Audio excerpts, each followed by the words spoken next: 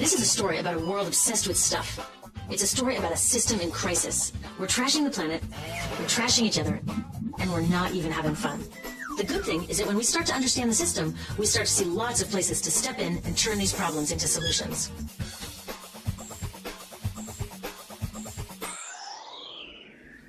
Can I tell you, I love my Pantene Pro V. Of the dozen or so personal care products that I use every day, it's the one I can't live without.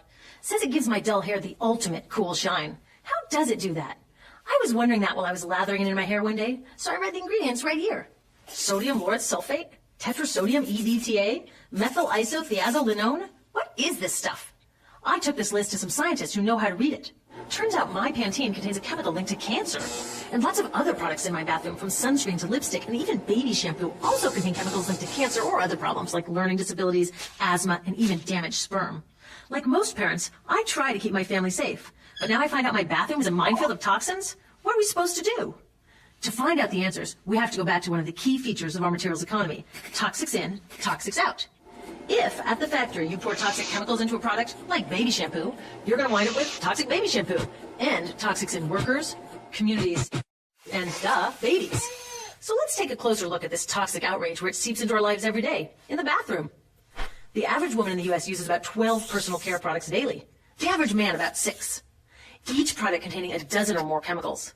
Less than 20% of chemicals in cosmetics have been assessed for safety by the industry's safety panel, so we just don't know what they do to us when we use them.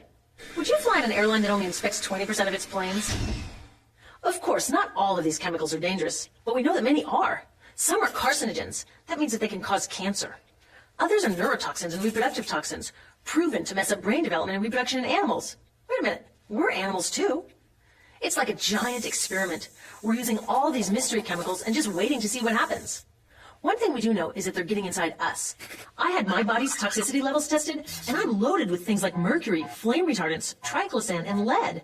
We all are. Even babies are being born pre-polluted. Now, I know we can't live in a lead-free world, but do we have to put lead in our lipstick? I don't know. Maybe it's my fault. Maybe I just bought the wrong thing. At the store, the choices seem endless. I can get lipstick in 49 shades, or shampoo for hair that's too dry, oily, fine, limp, or frizzy. But what about the choices that really matter? Like the choice to buy products that are safe. It turns out the important decisions don't happen when I choose to take a product off the shelf. They happen when companies and governments decide what products should go on the shelves.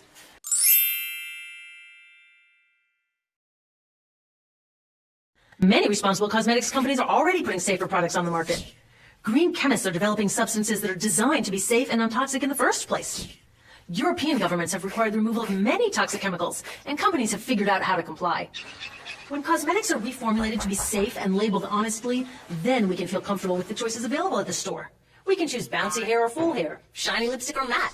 We can even choose to feel beautiful without using 20 products.